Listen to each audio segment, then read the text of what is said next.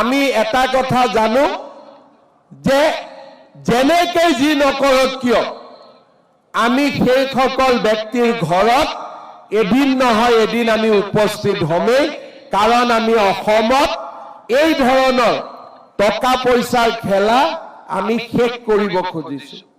যোৱা 5 বছৰত আমি সফল হৈছো, নহলে এই 1,35,000 দুখীয়া ঘৰৰ ল'ৰা ছোৱালীয়ে কেতিয়াও চাকৰি নাপালেহেঁতেন।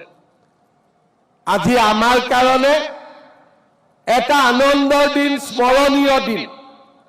মই সকলোকে আকৌ এবাৰ শুভেচ্ছা জনাম আৰু আজি ঘৰত গৈ নিজৰ ভাইটি ভণ্টিক সকলোৱে ক'ব লাগিব যে আজি আমি এপইণ্টমেণ্ট লৈ আহিলো আৰু অহা 2 দিনত মামাই নতুন এডভাৰটাইজ দিব, গতিকে আমি দৌৰা কাম চলাই থাকিব লাগে।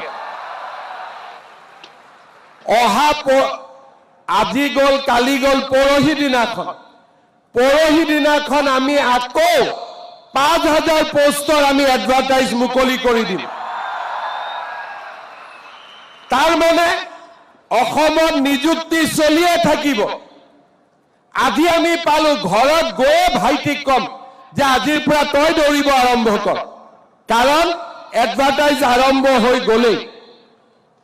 আমাৰ বন্ধুসকলক কম, যিসকলে নোপোৱা বুলি দুখ কৰি আছে, যে তহঁতি চিন্তা কৰিব নালাগে, আকৌ পোষ্ট ওলালে আকৌ চেষ্টা কৰিব লাগে।